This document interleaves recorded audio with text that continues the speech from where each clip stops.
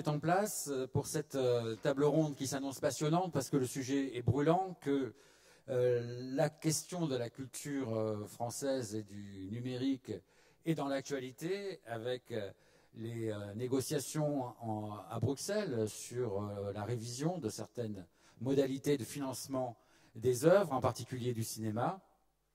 Et puis, en France, l'expérience d'Adopi qui commence à nous fournir des chiffres avec des bilans mensuels qui sortent maintenant et qui nous permettent d'avoir une vision un peu, une perspective sur ce qui s'est passé au cours des dernières années. Et également des acteurs, nous en avons plusieurs aujourd'hui qui ont un rôle très important, qu'il s'agisse de Dailymotion, de Google ou des institutions comme la SCAM ou des institutions représentant le public. Donc nous allons essayer de faire un premier tour de table de nos différents participants et ensuite nous discuterons ensemble, c'est-à-dire je pense que certaines interventions appelleront des commentaires d'autres participants et ensuite nous garderons quelques minutes à la fin de cette table ronde pour que vous puissiez poser vous-même des questions à nos participants. Donc je vais donner tout de suite la parole à Giuseppe de Martino, qui est secrétaire général de Dailymotion, pour quelques minutes, 5 minutes, pas plus, d'intervention pour lancer le débat. Merci, on est à côté, donc n'hésitez pas à m'interrompre. Cette table ronde se lance autour du thème d'une exception, l'exception culturelle française. Moi, j'aimerais évoquer une autre exception, celle bien réelle qu'on vit en France. La France est le seul pays où je représente ce matin Dailymotion, mais aussi une association qui s'appelle l'Association des services Internet communautaires, qui regroupe Google, Facebook, Microsoft, des géants américains, mais aussi des champions nationaux comme Price Minister ou modestement Dailymotion, et également des start-up françaises qui sont au tout début de leur développement. Nulle part ailleurs, tous ces acteurs ont choisi de se réunir, de défendre ensemble leur économie, de présenter leurs objectifs, faire poindre leurs craintes, parce que nulle part ailleurs qu'en France, cette industrie a été aussi fortement attaquée. Alors, il y a des sujets qui ne nous concernent pas ce matin, comme la net neutralité ou le débat sur le statut d'hébergeur. Quand on évoque cette question du statut d'hébergeur, il n'y a qu'en France où on s'est tant mobilisé pour essayer de remettre à plat un texte qui venait d'une directive unanimement implémentée en Europe. Et enfin, la France est le seul pays où tous les ans, au moment du projet de loi de finances, on voit des amendements surgir et voulant taxer notre économie, l'économie du numérique, au profit d'autres industries. On peut évoquer, au gré du passé, l'audiovisuel public, la production musicale, etc. Toujours cette volonté assez étonnante de demander à la marine à vapeur de financer la marine à voile.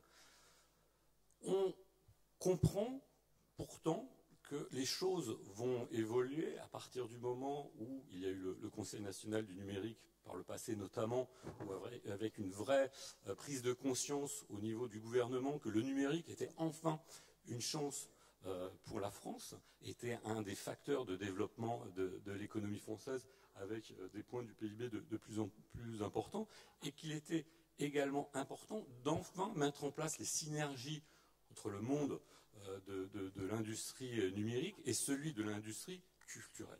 Pourtant, cette question récurrente des taxes, vous l'avez lu dans le programme pour présenter cette table ronde, la taxe sur les services de télévision, les fameuses taxes Google qu'on a vues très mal nommées, puisque Google était sans doute, mais Alexandra nous en parlera bien mieux que je peux le faire, était sans doute le dernier visé, c'était plutôt les acteurs français qui auraient dû payer un déco complètement disproportionné avec cette volonté toujours présente de faire de la France un vrai bassin du développement numérique. Alors, pourquoi ces taxes pour une autre industrie? Est-ce qu'on est revenu à l'époque des troubadours, où des personnes vivent aux dépens des puissants, même quand ces puissants ne sont pas forcément la règle? Prenons l'exemple de la taxe sur la publicité en ligne, cette taxe Marini qui revient assez régulièrement. Est-ce qu'on sait qu'aujourd'hui, les plateformes vidéo comme YouTube et Dailymotion, qui vivent de la publicité, reversent plus de la moitié de leurs revenus aux ayants droit? Il y a déjà ce versement effectué, cette contribution à la distribution d'œuvres de l'esprit. Est-ce qu'on sait qu'il y a d'ores et déjà, et le représentant de la SCAM pourra l'évoquer, des accords entre ces acteurs du numérique et les sociétés de gestion collective pour financer à travers une partie de leur chiffre d'affaires les actions collectives de ces sociétés de gestion collective et également tout simplement rémunérer les auteurs. Donc on a l'impression qu'on évoque toujours ce monde du numérique comme étant le dernier arrivé et devant financer une évolution du monde qui se fait peut-être au détriment de certaines autres industries, mais qui, mis à part toute comparaison avec le darwinisme, ne fait que refléter une réalité. Merci beaucoup, bravo pour avoir tenu dans les temps. Je vais passer maintenant la parole à Alain Bazot, qui est président du FC Que Choisir, qui va nous présenter, j'imagine, le point de vue un petit peu du public lui-même, puisque c'est lui qui le représente peut-être le plus directement autour de cette table. Oui, merci. Alors, lorsque l'on parle de financement de la culture, de la création, de l'exception culturelle, c'est en général pour dégainer une nouvelle taxe. Et une nouvelle taxe qui, au final, in fine, sera immanquablement payée et retombera sur le consommateur. Alors, nous ne sommes pas, par principe, contre cette forme de financement. Là où nous ne sommes pas d'accord, c'est lorsqu'elle devient un principe, et pratiquement le seul principe. Et surtout, du coup, lorsqu'elle court-circuite littéralement le marché avec les effets pervers que cela induit. On peut en effet se demander si cette réalité ne va pas amener les opérateurs, finalement, les grands acteurs de la culture, à ne plus prendre de risques, à ne pas innover, comme ça a été dit à l'instant par Rost, dans la mesure où l'argent tombe du ciel. Et est-ce qu'on n'a pas là une des raisons pour lesquelles une offre légale, une offre numérique légale, attractive, on se demande pourquoi elle ne voit toujours pas le jour alors qu'on assiste à un effondrement du marché physique. Et on peut se demander si l'autre effet pervers de toutes ces aides qui tombent, eh bien, ne permettent pas quelques acteurs, je dis bien quelques acteurs dominants de la vieille économie, eh bien, de maintenir un verrou sur le marché. Et finalement, et on voit, on y assiste, c'est eux qui décident à qui ils daignent d'ouvrir les catalogues. Alors ils ouvrent les catalogues à ceux qui par ailleurs sont vilipendés, les grands méchants, les Google, les Amazon, Apple, qui, soit dit en passant, n'ont strictement rien à faire de la culture française. Ils n'en ont pas besoin pour vendre leurs équipements ou leurs services qui sont mondialisés. En revanche, les petits opérateurs, ceux qui voudraient innover, se mettre sur le marché avec des nouveaux services et qui sont obligés d'innover parce qu'ils n'ont pas de rente de situation, eh bien ceux-là n'ont pas accès dans des conditions équitables au catalogue. Et puis ces aides, autre effet pervers, créent des comportements complètement irrationnels. Comment est-ce possible de sortir à quelques jours d'intervalle 2 remakes de La Guerre des boutons, les 2 financés par des fonds publics? Je dis qu'on marche sur la tête et il y aurait sans doute un meilleur usage à faire des fonds publics. Donc il est nécessaire de parler de rationalité de tous ces financements.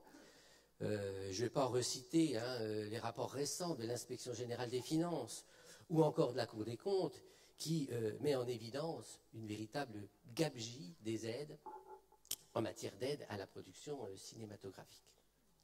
Alors, je vais dire, pour conclure, on n'a pas de solution toute faite et clé en main, mais il est sûr qu'il est urgent de permettre aux artistes et aux créateurs de vivre de leur travail.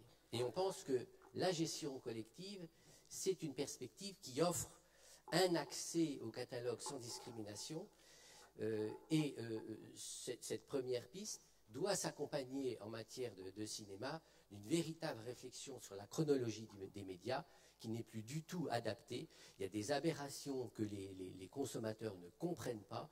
Comment se fait-il qu'un film qui est disponible, après il ne l'est plus, après il le redevient, il l'est en VOD, après il ne l'est plus quand il sort sur Canal. Enfin bon, bon. Il faut revoir tout cela, car si on veut réconcilier un peu le public avec le monde de la culture. Et puis aussi créer des ressources nouvelles qui permettraient aux créateurs, en marge d'une industrie qui ne soutient plus beaucoup la découverte de talents et la diversité et l'audace. Ces nouveaux revenus devraient être mobilisés en mettant en place ce qu'on appelle un droit au partage. Un droit au partage contre une rémunération qui est liée à la connexion Internet de chaque foyer. Nous pensons vraiment que cette démarche réconcilierait le monde de la culture avec les consommateurs. Je ne sais pas si on a conscience de l'ensemble du public qui adore les artistes, pour lesquels il y a un consentement à payer très fort. Il ne faut pas croire que derrière chaque amateur de musique, de musicien, il y a un tricheur, il y a un spoliateur qui sommeille. Ça n'est pas vrai.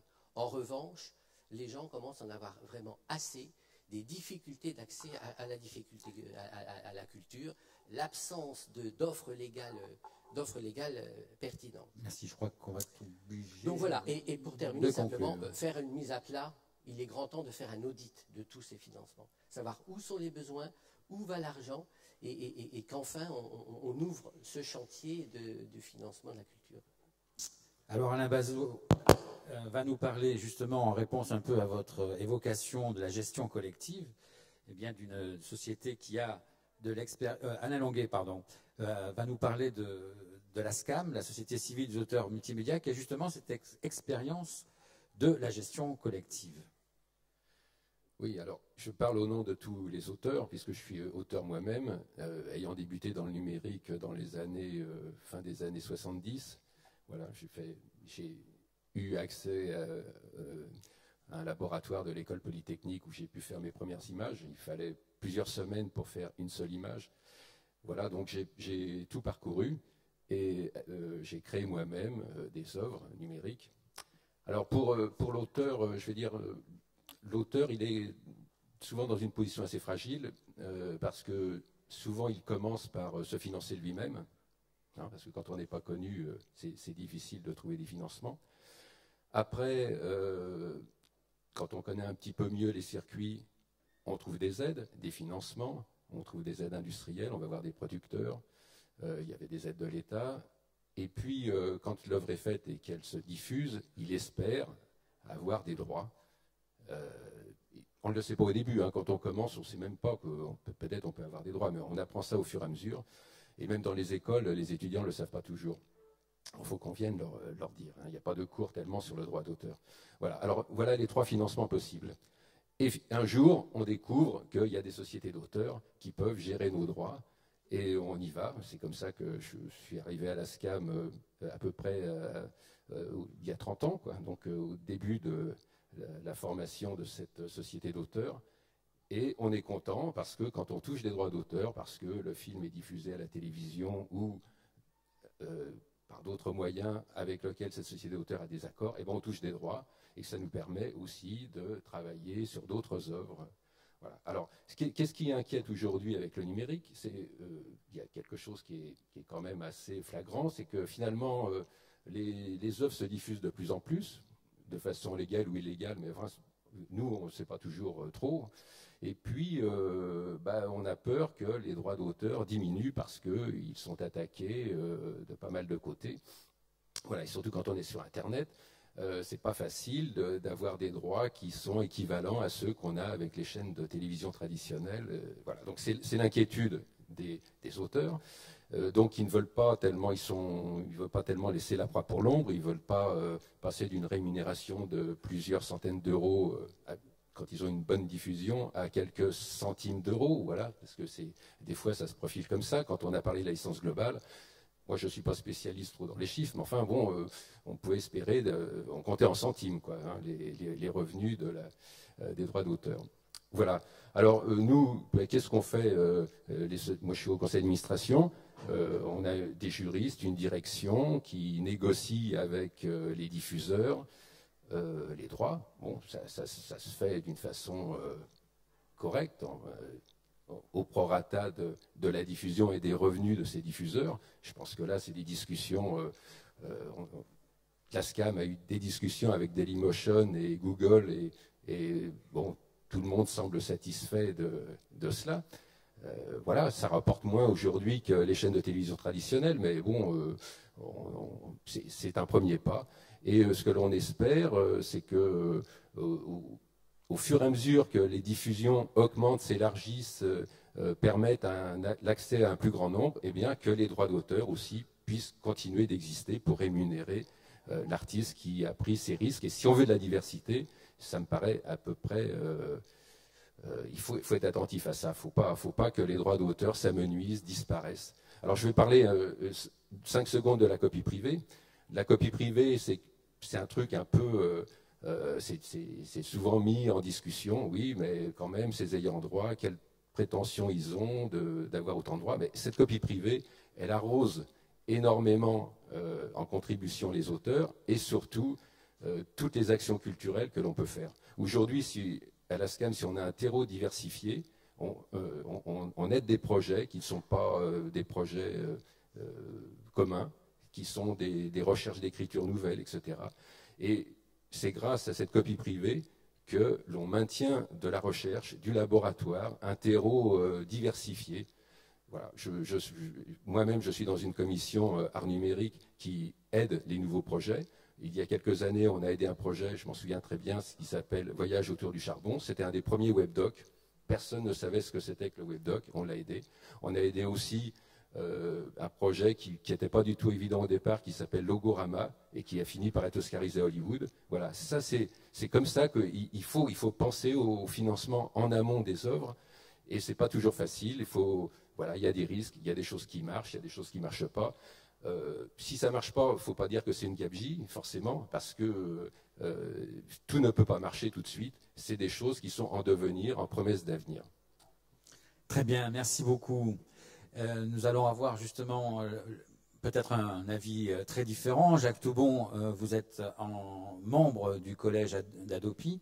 Adopi maintenant a plusieurs années de recul, des bilans sortent, on voit des courbes avec la progression des différents stades de cette réponse graduée à la copie illégale, c'est-à-dire le premier avertissement, le deuxième avertissement, le troisième avertissement.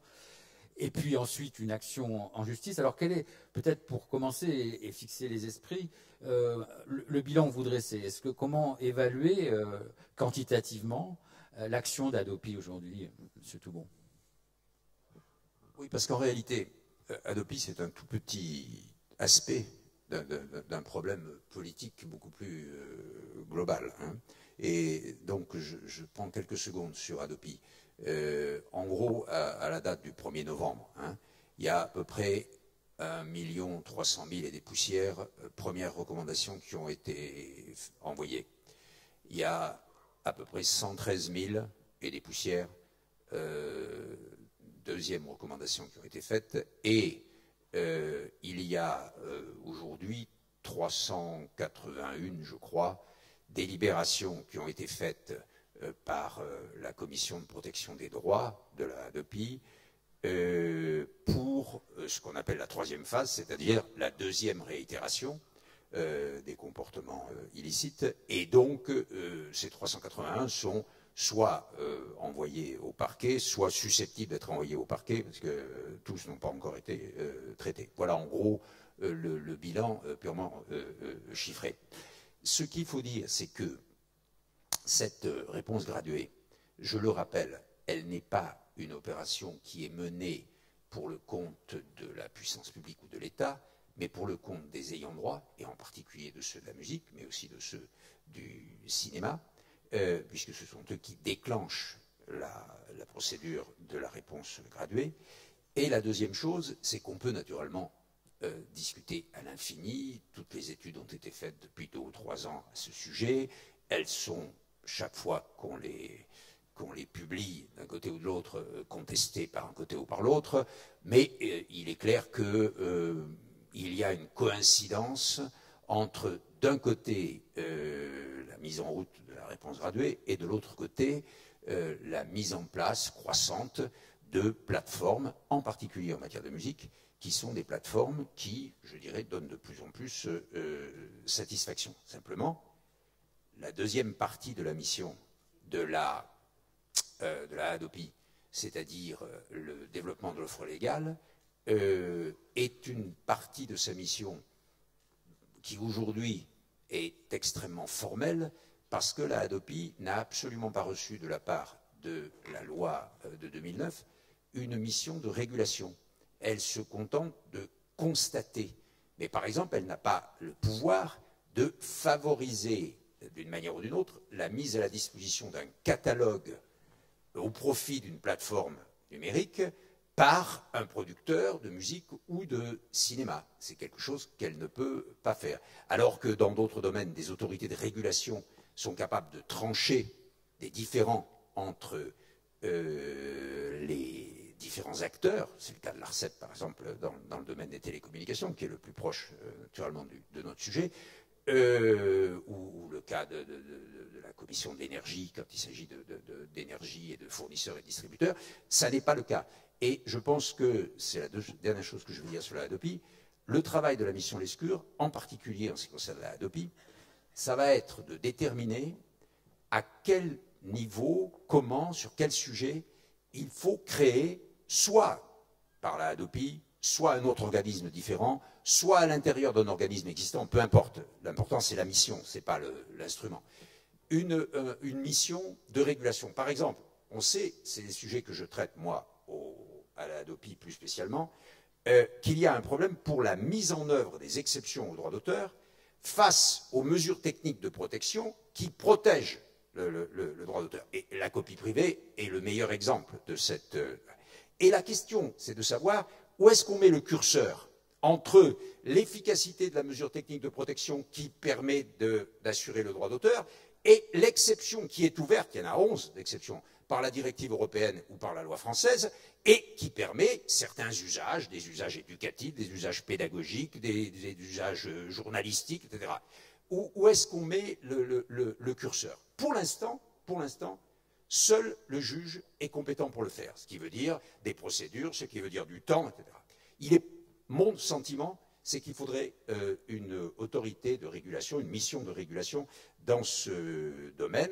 On l'a bien vu, il y a eu sur la musique, à la suite de la mission que j'avais faite avec Patrick Zelnick et Guillaume Serrouti, des propositions pour gérer collectivement les droits sur les plateformes numériques. Les producteurs de musique l'ont refusé. Il y a eu finalement, à la suite de ça, 13 engagements qui ont été pris pour la diffusion de la musique numérique par à la fois des ayants droit, des plateformes, etc. Et j'ai été chargé de surveiller en quelque sorte la mise en place de ces 13 engagements. Qu'est-ce qu'on a pu constater? On a pu constater qu'effectivement, les plateformes numériques se sont développées en ce qui concerne la musique. On a pu constater que si le marché physique diminue toujours, 13-14% encore l'année dernière, mais peu à peu, l'accès numérique est en train, non pas de prendre la place tout à fait, mais en gros de combler à peu près la moitié du déficit physique. Aujourd'hui, 25% à peu près de la musique est diffusée en ligne. Et tout ça, c'est clair que ça passe par un réglage fin des relations entre les uns et les autres. Dans l'état actuel des choses, on ne peut pas le faire. Je pense qu'une des choses que Lescure doit faire, c'est ça. Mais je terminerai simplement en disant que, pour moi, le sujet, il est naturellement beaucoup plus vaste. Et il dépasse d'ailleurs la scène française. c'est une affaire européenne. Est-ce que l'Europe veut à la fois, c'est l'esprit européen, le modèle social et culturel européen, garantir la diversité culturelle, c'est-à-dire en gros tous les artistes, toutes les œuvres pour tous les publics, et non pas seulement en gros les blockbusters pour une masse de public, pour caricaturer, disons, l'opposition entre les deux modèles. Et deuxièmement, simultanément, créer, favoriser, développer une industrie numérique européenne, c'est-à-dire que les 500 millions d'Européens cessent d'être uniquement des consommateurs qui payent, cher ou pas cher, mais qui payent des entreprises qui ne sont pas européennes et qui, à la fois, payent des impôts en Californie ou ailleurs, créent des emplois en Californie ou ailleurs, mais en tout cas qui ne participent absolument pas à ce dont nous avons besoin aujourd'hui, c'est-à-dire la croissance et l'emploi en Europe. Et ces deux objectifs, compétition économique, mise en place d'une véritable industrie des services numériques européens et diversité culturelle, ils ne sont pas, c'est ça qui est formidable, divergents mais convergents, parce que c'est la même politique de régulation, c'est la même politique de fiscalité, c'est la même politique de financement de la culture, c'est la même politique, à condition qu'elle soit faite au niveau européen, qui peut aboutir à réaliser les deux objectifs. De grandes entreprises européennes, ou des petites, peu importe, rentables, parce que dans ce domaine, c'est le marché qui fait la loi, il n'est pas question de parler de subventions, et de l'autre côté, la diversité culturelle. Et là, on tombe sur des sujets qui sont ceux, naturellement, de la mission Lescure, mais qui dépasse de beaucoup la seule question, par exemple, de la fiscalité. Sur la fiscalité, arrêtons de dire que c'est toujours le prélèvement. Bien sûr, on se pose la question de savoir comment est-ce qu'on fait pour que la valeur de la chaîne dans le numérique, partant toujours du même côté, on puisse en récupérer une partie par la fiscalité pour des usages légitimes, tels que, par exemple, le financement de la culture, mais aussi on se pose la question, je suis chargé de cette mission d'ailleurs, de diminuer la TVA sur les services numériques pour que les services numériques aient plus de compétitivité. Donc ce n'est pas toujours des impôts, c'est aussi une politique globale. Et je pense que ce qui manque, je termine simplement pour dire que ce qui manque, c'est que il n'y a en France que très peu de gens dans le public ou dans le privé qui admettre quelque chose, c'est qu'il faut sortir de la scène française et systématiquement se projeter sur la scène européenne, puisque c'est à Bruxelles que se prennent les décisions pour l'essentiel dans 80% ou 90% des sujets dont nous parlons. Merci d'avoir apporté cette dimension européenne au sujet. Je passe maintenant la parole à Patrick Bézier, qui est le directeur général d'Audience et fondateur de l'ACSEN, l'Assemblée pour la culture et la création du numérique, et qui a, au cours de sa carrière, suivi cette histoire du numérique de très près. Oui, cette évolution inquiète et rassure en même temps, ça a été dit tout à l'heure, et j'ai été impressionné par le témoignage de cet artiste tout à l'heure, Ross, qui pour un artiste n'est pas seulement engagé, mais je trouve impliqué dans le dispositif économique et social de son métier.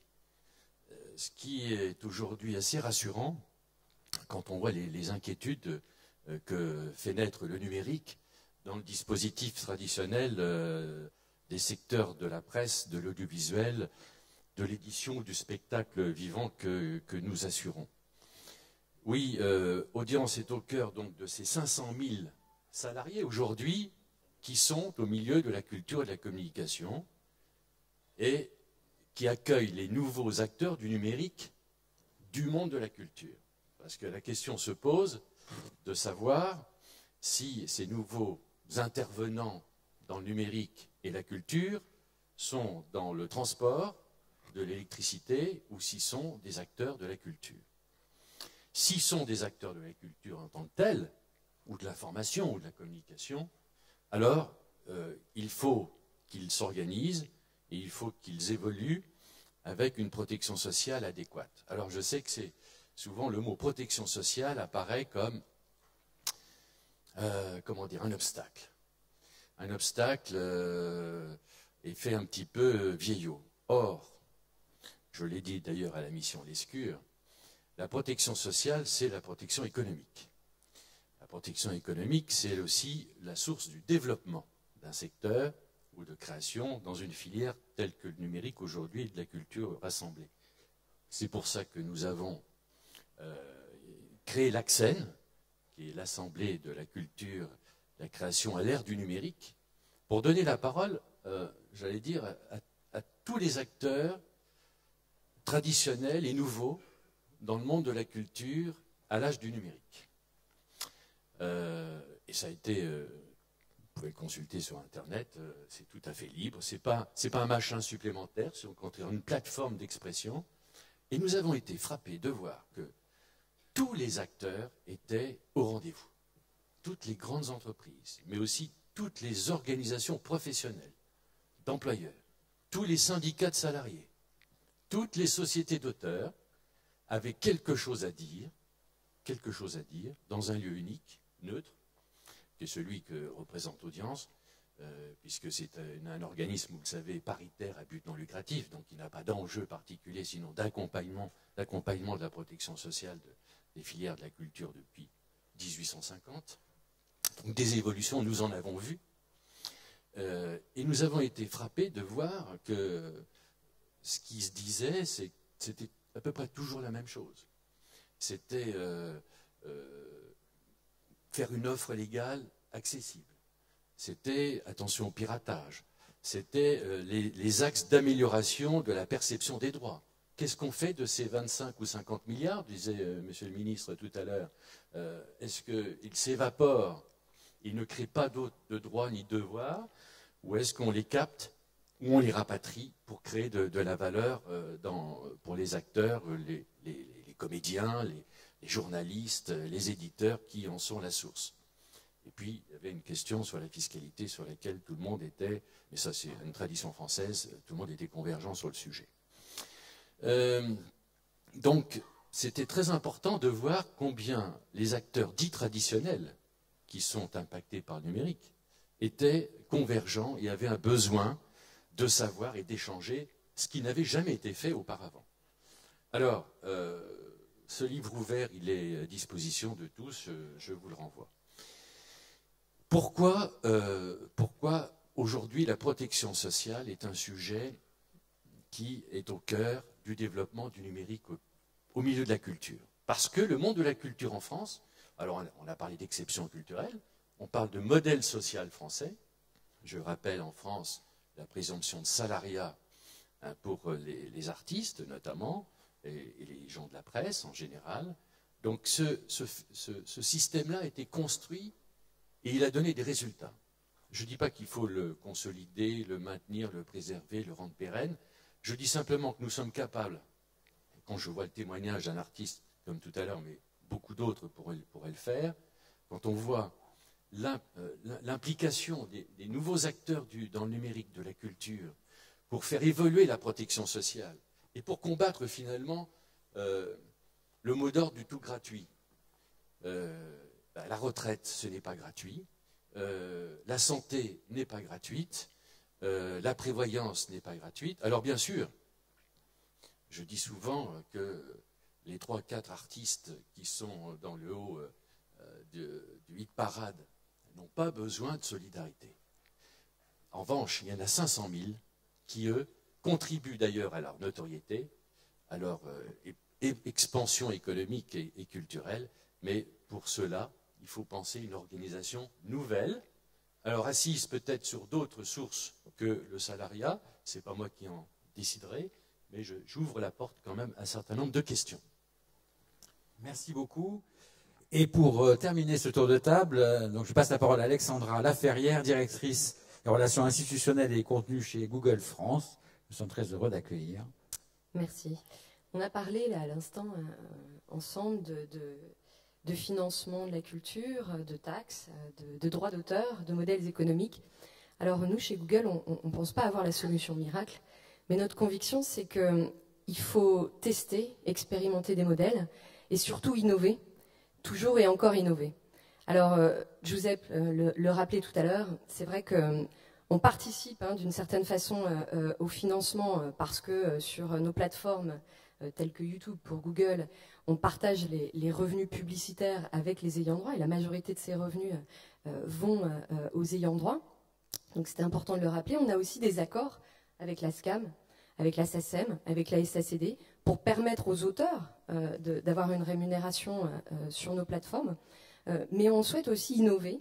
Et dans ce cadre-là, on a lancé tout récemment, donc je souhaitais aussi l'évoquer ici, on a lancé un projet qui s'appelle Original Programming, qui a été annoncé au MIPCOM au mois d'octobre, et on l'a lancé la semaine dernière pour la France, avec des contenus français. Et ce projet, en fait, YouTube a décidé avec Original Programming d'apporter un soutien direct à la production de contenus originaux en France. Donc Rost, et il a été beaucoup évoqué ici, parlait tout à l'heure de la difficulté pour les acteurs aujourd'hui de prendre des risques.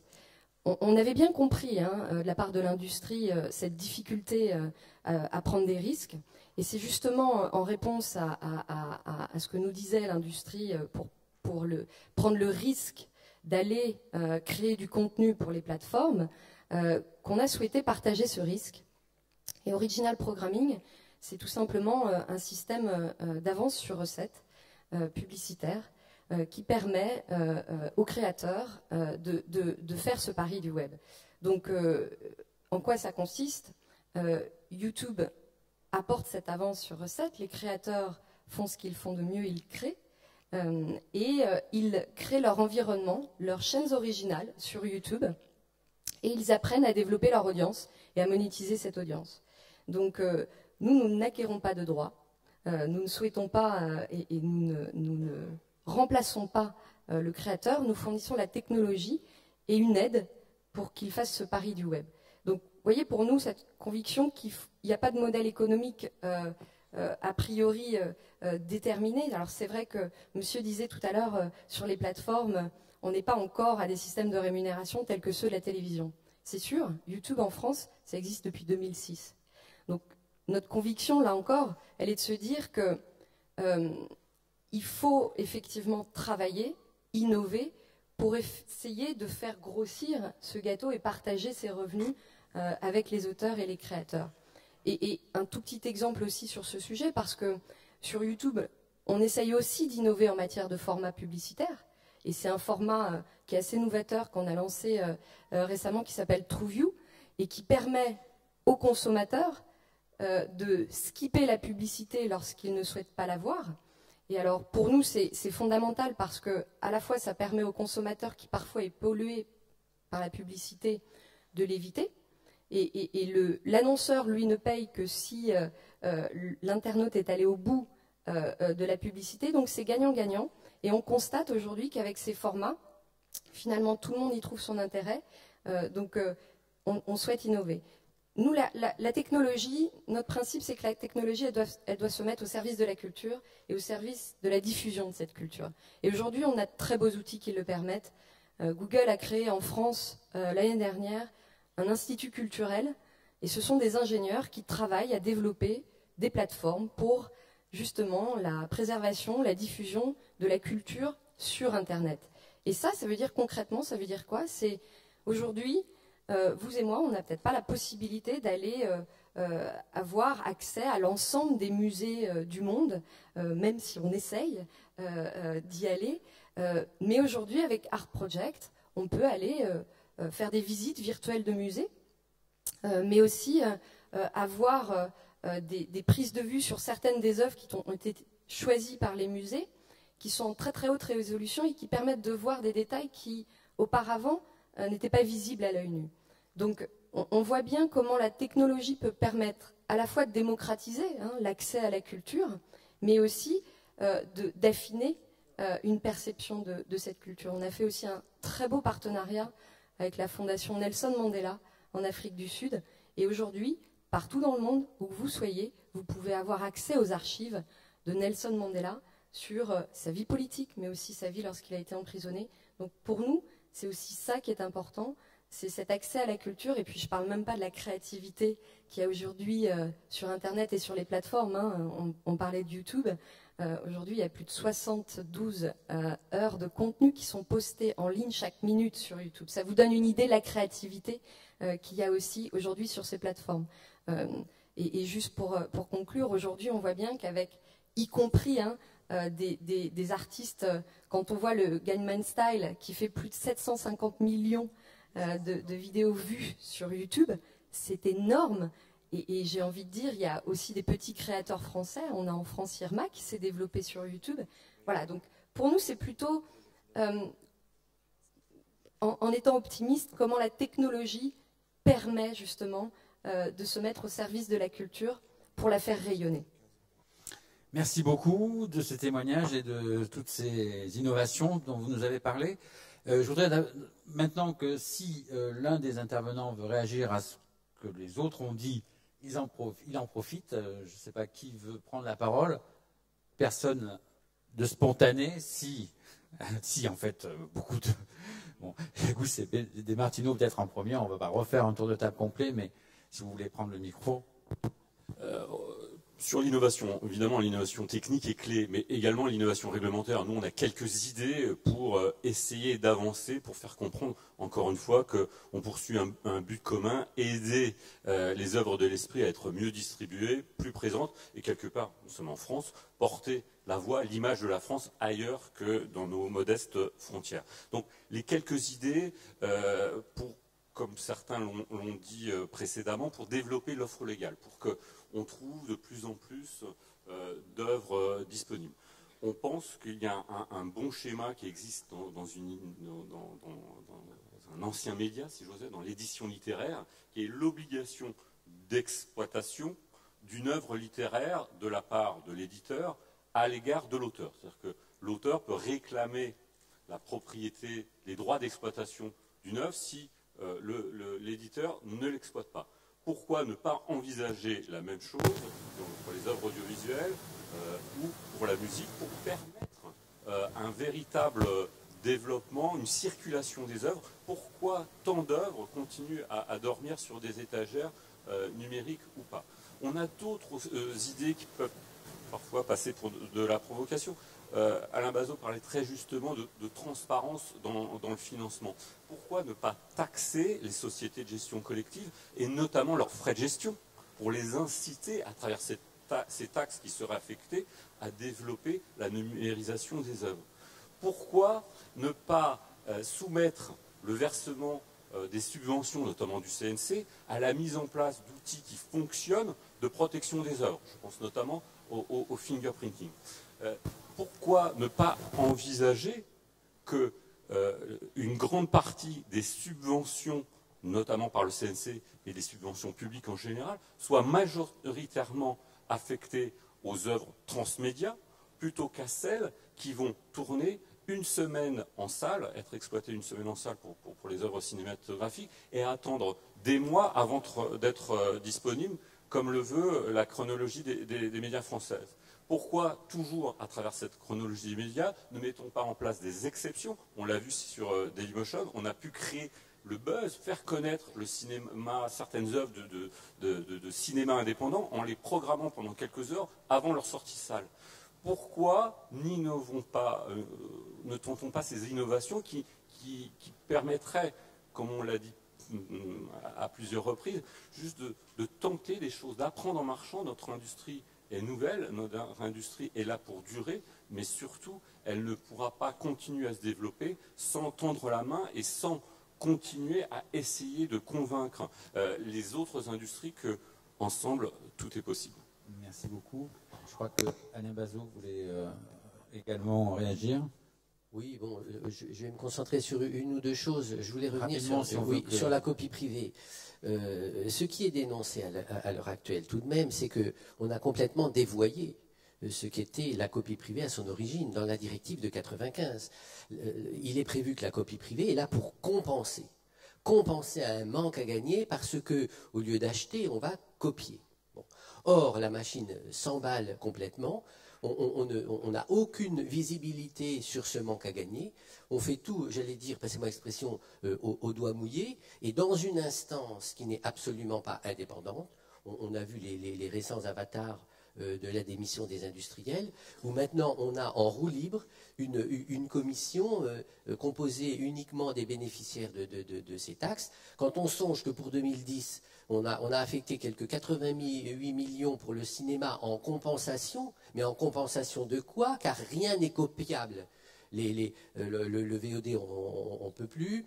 Les DVD, on ne peut pas les copier. Donc ça compense quoi exactement? Donc c'est là que nous, on tire une sonnette d'alarme et qu'on dit, on ne dit pas qu'on est contre la copie privée, mais la machine s'emballe. Aujourd'hui, quand on voit qu'on ajoute les différents supports, comme si le consommateur passait son temps et sa vie entière à copier des œuvres sur 50 000 supports, et que tout se cumulait. Il y a un effet millefeuille de cumul qui est devenu insupportable pour la collectivité des consommateurs. Il faut mettre en place une commission indépendante, c'est ce qu'on appelle de nos voeux, et qui travaille à la réalité du préjudice subi, car tel est le fondement de la copie privée. Très bien. Encore une nouvelle commission. Sur la copie privée, un tout petit fait vrai, comme dirait Stendhal. Les Espagnols ont supprimé, à la fin de 2011, la copie privée. Ils ont plutôt adopté le système que vient de dire Alain Bazot. Et en gros, on est passé d'un prélèvement de 80 millions à un prélèvement qui s'est élevé à moins de 10 millions. Bien. Il n'y a pas eu 1 centime d'euro, de peso, de diminution du prix pour les consommateurs. Voilà, je dis ça simplement pour savoir que c'est une question qui concerne la marge des industriels, ou plus exactement des importateurs. Après, on peut discuter effectivement sur l'affectation, de la manière dont c'est fait, de la manière dont c'est calculé, de la manière dont c'est ensuite affecté. Mais surtout, n'en faisons pas une question, le consommateur est spolié par la copie privée. L'exemple espagnol est absolument dirimant à cet égard. Et l'exemple anglais, même chose, qui ne connaît pas la copie privée. Très bien, merci pour cette précision. Patrick Bézier, vous voulez également ajouter un mot? Juste un petit mot concernant le public et le titre de la table ronde, qui est l'exception culturelle quand même française. Ici, il doit y avoir beaucoup d'entrepreneurs, de chefs d'entreprise du numérique et qui se disent je vais pas seulement faire du e-commerce, je peux aussi faire de la culture dans mon métier d'entrepreneur du numérique. Très bien. Sont des entrepreneurs qui prennent des risques. Ils prennent des risques en engageant des gens, en ayant un projet, en s'endettant éventuellement. Je pense qu'ils doivent penser, et quand ils recrutent des gens ou quand ils ont à gérer des ressources humaines, qui est quand même la richesse de leurs entreprises, mis à part leur idée créatrice, c'est de les protéger. De les protéger pas pour les garder seulement, mais les protéger pour faire en sorte que ces individus, et eux-mêmes d'ailleurs, aient la liberté de création de leur propre métier. Et que la protection sociale, ça soit la retraite, la prévoyance, la santé, ne soit pas une préoccupation, mais au contraire, une forme de liberté retrouvée pour faire son vrai métier au cœur. Donc, c'est la raison pour laquelle je voulais le dire, nous lançons avec Jade un groupe de travail, une mission pour construire une protection sociale adaptée au monde du numérique et aux confins du monde de la culture, pour faire en sorte que, en protégeant les individus, on rassure les entreprises et on leur propose une protection sociale, donc économique, au moindre coût, parce que c'est quand même l'idée, et le coût mutualisé est quand même la forme la plus moderne de couverture, la plus adaptée dans un monde éclaté, et notamment d'individus et de créateurs individuels. Merci beaucoup. Je voudrais revenir quand même sur cette offre légale qui traverse tous les discours aujourd'hui autour de cette table et qui reste un mystère assez épais dans la mesure où ça fait des années, et en particulier depuis la création d'Adopi, depuis 2009, que nous attendons cette offre légale et que sans cesse le constat qui est fait, et par M. Toubon encore aujourd'hui, est que cette offre légale n'est pas encore vraiment mûre et on entend également, M. de Martineau parlait de blocage ou d'accès à des catalogues qui sont encore difficiles.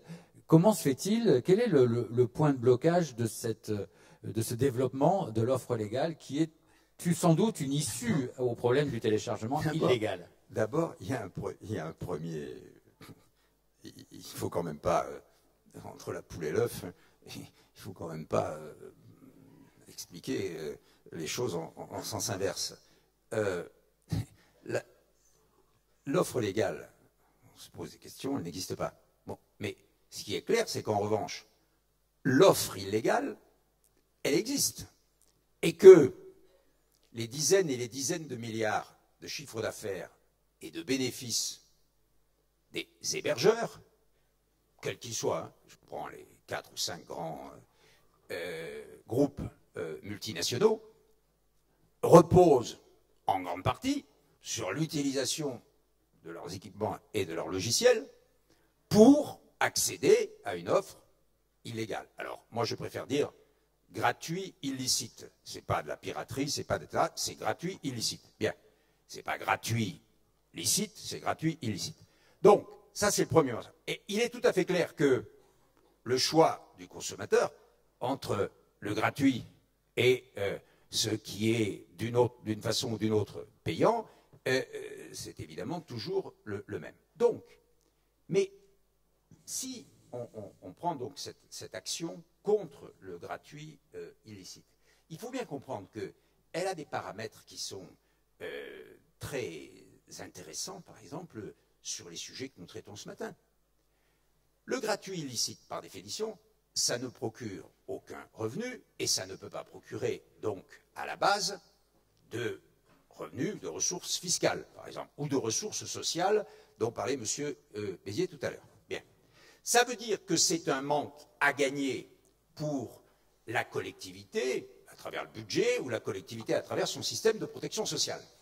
Et on a calculé, par exemple, que sur certains sujets, celui que je m'occupe, si on diminue la TVA sur les plateformes numériques qui diffusent des livres numériques, on perdra moins d'argent que ce qu'on perd aujourd'hui sur le fait que le développement de la diffusion des livres gratuits illicites est en train de devenir très important. Enfin, ce qui s'est passé pour la musique, heureusement, n'est pas encore en train de se passer pour les livres, mais on peut y venir si on ne fait pas attention.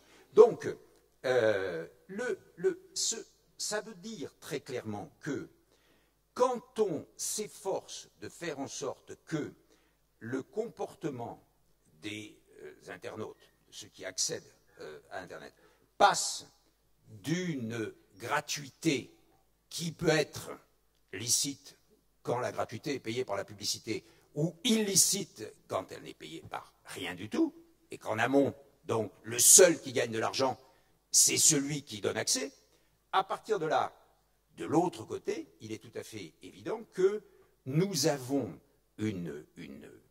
cette action, elle produit manifestement un déport vers l'offre légale. Mais le problème, c'est qu'à ce moment-là, et c'est pour ça qu'on parle d'offre, comme on parle de l'économie de l'offre ou de l'économie de la demande. Ce n'est pas une bonne expression, offre légale, parce que pour beaucoup de gens, ça ne veut absolument rien dire. Mais économiquement, ça veut dire quelque chose. L'offre, effectivement, qui est en face, est une offre qui est débile. Et là, je reviens, par exemple, sur la question de la fiscalité, encore une fois, pour bien montrer qu'elle n'est pas du tout unilatérale, comme l'a dit Giuseppe Di Martino tout à l'heure. On a l'impression qu'on va taper pour piquer du fric. Pas du tout.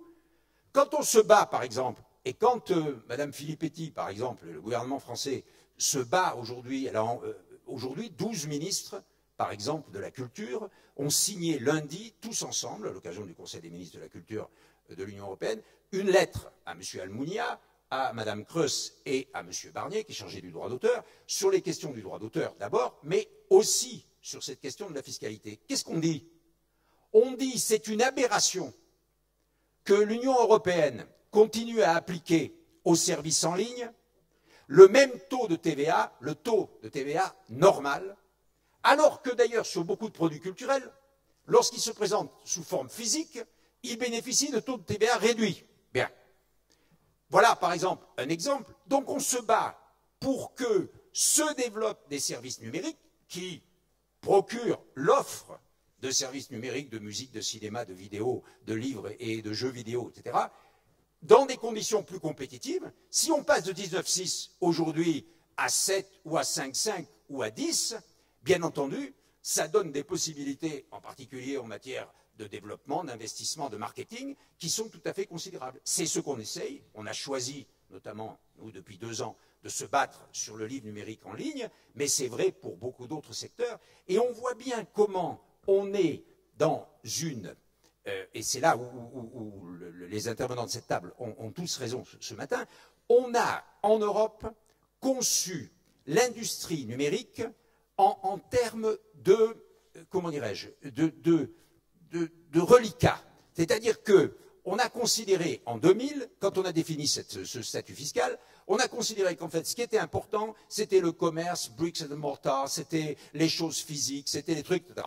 Et que ça, c'était un truc sur lequel, à la limite, on pouvait piquer de l'argent si ça marchait, mais qu'en tout cas, ça n'avait pas besoin de se développer. C'est le choix inverse que les Américains ont fait à partir de 1998 avec l'Internet Freedom Act. Ils ont dit l'économie future, c'est l'économie numérique. Est-ce que l'Europe, aujourd'hui, elle est capable, avec 14 ans de retard, de faire cette conversion mentale, cette conversion culturelle? C'est pour ça que quand on parle d'exception culturelle, ça veut dire aussi, comme on l'a dit ce matin, de faire basculer notre culture. Et que l'exception culturelle de 1994, qui consistait à faire des exceptions au libre-échange commercial, c'est plus du tout la même aujourd'hui. L'acte 2 de l'exception culturelle, ça consiste au contraire à construire un système de régulation dans l'Internet. Merci beaucoup. Juste un mot d'Alexandra Laferrière qui voulait réagir parce qu'elle a entendu vaguement que peut-être elle était concernée par le discours. Autant je peux partager le point de vue et la nécessité d'avoir une vision européenne sur tous ces sujets, autant je ne peux pas laisser dire que les plateformes bénéficient de la présence de contenus illicites. Sur YouTube, enfin, nous, on a mis en place un système et une solution technologique qui s'appelle Content ID, que Giuseppe aussi connaît très bien parce qu'il parlait tout à l'heure de fingerprinting. Content ID, c'est une solution technologique qui aujourd'hui est la plus sophistiquée au monde pour essayer justement de donner à l'ayant droit les capacités de gérer ses droits sur les plateformes. Aujourd'hui, Monsieur Toubon, les plateformes technologiques ne savent pas à qui sont les droits. Le seul qui connaît à qui sont les droits, c'est l'auteur lui-même, le créateur lui-même. Et ces solutions technologiques lui permettent soit de protéger effectivement ses droits sur les plateformes, soit de les monétiser. Et c'est ça qui est important. On ne va pas trancher entre vous, on n'aura pas le temps. Un petit mathématicien du CE1. Hein.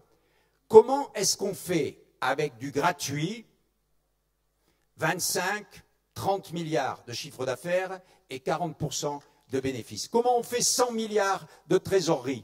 Comment on fait 500 milliards, je parle en dollars, de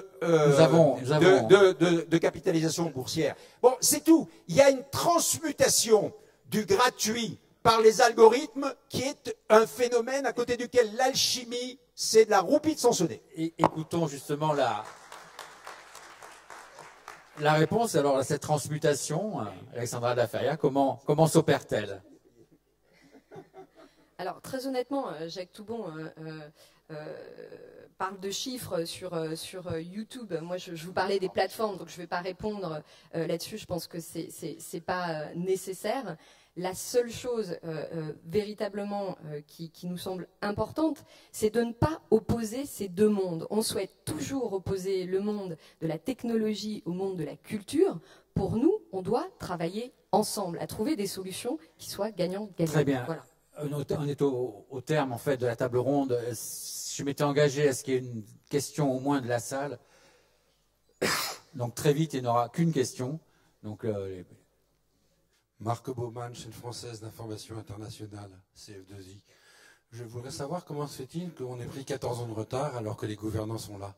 Merci. Alors que pardon? Alors que les preneurs de décision sont là. Jacques Toubon. Parce que au niveau de la politique communautaire, en gros de la politique européenne, ce sujet, premièrement, ne fait pas l'objet, malgré l'existence depuis 15 ans, d'une direction générale de la société de l'information qui aujourd'hui s'appelle DG Connect, de commissaire, aujourd'hui c'est Madame Creus, avant c'était pendant 10 ans Madame Reding, on n'a jamais pris la mesure de cette affaire. On s'est occupé uniquement de la régulation des télécoms. C'est ça qui a été, dans ce domaine, le travail de l'Europe. On ne s'est pas occupé de ce qu'il y avait dans les tuyaux. On s'est très très peu occupé donc des logiciels, etc., et des comptes. C'est-à-dire qu'il y avait du travail. On s'est occupé. Non, mais on a fait un travail d'ailleurs sur des télécoms absolument remarquable. Bon, mais cela étant, c'est un. Deuxièmement, il n'y a pas de conscience politique à ce sujet. Et c'est très frappant, par exemple. Moi, je suis sans arrêt en train de parler avec nos amis allemands. Et c'est très frappant de voir comment, sur ce sujet, en dehors de, on n'intervient pas dans les réseaux, parce que pour des tas de raisons bien connues, les Allemands sont pour que ce soit la liberté, la protection de la vie privée, etc. Très bien. Bon, donc, d'un côté. Et de l'autre côté, pour les droits d'auteur et tout ça, on se débrouille avec les avocats et les juges. Donc, ils ont choisi ce système, mais ils n'ont pas l'idée d'une politique spécifique, en quelque sorte. Et c'est très difficile, par exemple, sur des sujets comme la fiscalité, de les amener à des raisonnements adaptés à l'industrie du numérique. Et enfin, dernière chose, c'est parce que tout simplement, cette absence de politique dans ce domaine, je le dis très clairement, c'est une des manifestations les plus criantes de la panne communautaire, de la panne européenne. Parce que l'idée qu'on a un marché de 500 millions et que ce marché ne doit pas être seulement le champ de tir, si j'ose dire, de toutes les entreprises extérieures à l'Europe, mais que ça peut être la base d'une industrie européenne, c'est une idée malheureusement qui n'est pas partagée et qui n'est pas mise en œuvre par la majorité des États membres. Il faut le savoir. Et la Commission est aujourd'hui trop faible pour pouvoir l'imposer aux États membres. Alors, il faut que des gens s'en occupent. Et je pense que le gouvernement français, le précédent et celui-là, ils ont incontestablement quelque chose, ils ont une idée. Et peut-être qu'on est en train, et je parlais de Laurélie Philippiti tout à l'heure, de Fleur Pellerin, on est peut-être en train de la faire partager par les autres, et notamment par M. Van Rompuy, le président du Conseil européen. Espérons-le avec vous. Merci à tous d'avoir participé à cette table ronde qui a un petit peu débordé sur l'horaire. Merci à vous.